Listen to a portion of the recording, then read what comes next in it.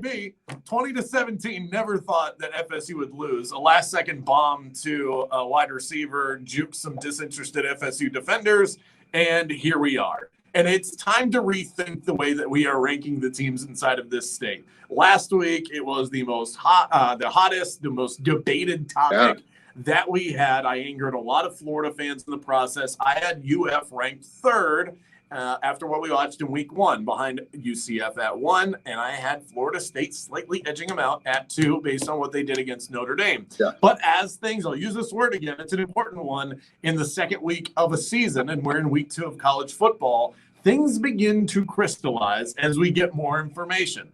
As it would turn out, Notre Dame, not that good. No, not at all. Toledo pushed them to the limit. And so I'm watching that going, not a good sign for Florida State. And then, boom, Florida State follows suit and loses to an FCS school. So, Florida, I owe you an apology.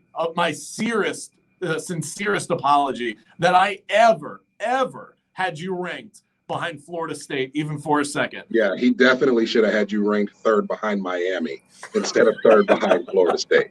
Just putting that out there. Yeah. I mean, if you thought I was going to apologize for the UCF part, you were wrong. UCF is still at the top of the list. Absolutely. And can we solidify how absolutely right you were on that call? I have got to give you kudos on that one because you got such a hard time from so many people. UCF is blaringly the best team in the state of Florida. Florida, you played FAU and USF in back-to-back weeks and couldn't cover the spread against either of them. Yes. So I don't want to hear all of this, but how about FSU lose? Yes, FSU is a train wreck, and we will all be pointing fingers at them and making fun of them for a long time to come.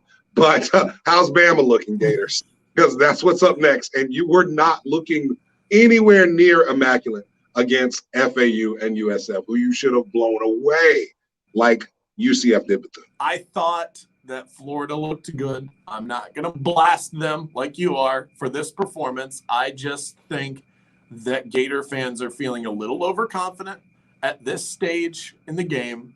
And UCF just looks like they're firing on all cylinders. I know they played Bethune, but you can't sleep on anybody these days. What FSU did after almost beating Notre Dame, they did that move where maybe a buddy of yours is standing behind you and just randomly you cross your arms and go, trustful, and your friend wasn't paying attention. That's what Florida State did, and they have free falled to the bottom of the list. Credit to Miami.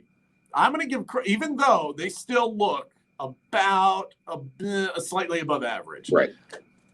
But beating App State is not any easy task. That was a really good football team. And they're not the same App State that they were 5 years ago, 7 years ago, 10 years ago. It's a very different football team. Like someone texted in, Miami almost lost to Appalachian State. Did you watch Appalachian State? That's actually a good football team. Yeah. They're good. They have a good quarterback. They've got big physical running backs. They've got a good defense. Now, Miami should be better than that. But the fact that they went down to the wire and Miami got a win, I'll give credit to Miami for just getting the win against a good opponent. I still think they're going to have not a great season, but I'll give them credit. That's not like – I don't look at them poorly because of what they did on Saturday. Right. In fact, I admire what they were able to pull off. UCF still ranked outside of the top 25, which baffles me, but apparently they're at 26. So I guess UCF will get there eventually. Florida State fans. So let's go back to Florida State for a moment. How did y'all show up to work today? I don't think they did. I think Florida State fans called out. I had a couple of Florida State fans that were texting me over the weekend that said Mike Norvell's got to go. Yeah, I saw that a lot. I saw that a lot this weekend. That's not happening. It shouldn't happen. No. That's not the right move. And maybe he deserves it. I don't know. I mean, you don't lose to an FCS school. Willie Taggart did a terrible job at Florida State. He never did that. So that's inexcusable what he did. But the problem is that once you start doing this to your coaches, you become Tennessee. If you're firing Willie Taggart and then a year and a half in or a year and a quarter in, you're firing Mike Norvell, and then you're going to get the next guy. And you know what? He's not going to turn the program around either.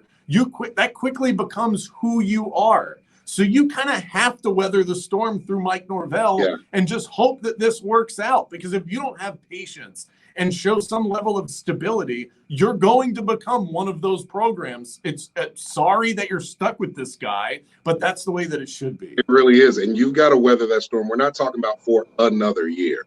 You've got to sit there 3, maybe even 5 years to really see, is this what we have going on? Because if nothing else, you've got to give Mike Norvell a real opportunity to recruit, to get his seniors in, and to get a real handle on possibilities from the transfer portal. And you can't do that in 2 seasons, not at all. So you're going to have to sit there and you're going to have to struggle, and you're just going to have to stink it up like everybody else has had to do. Florida State, we've all had to sit in that space. Miami fans had to sit in that space.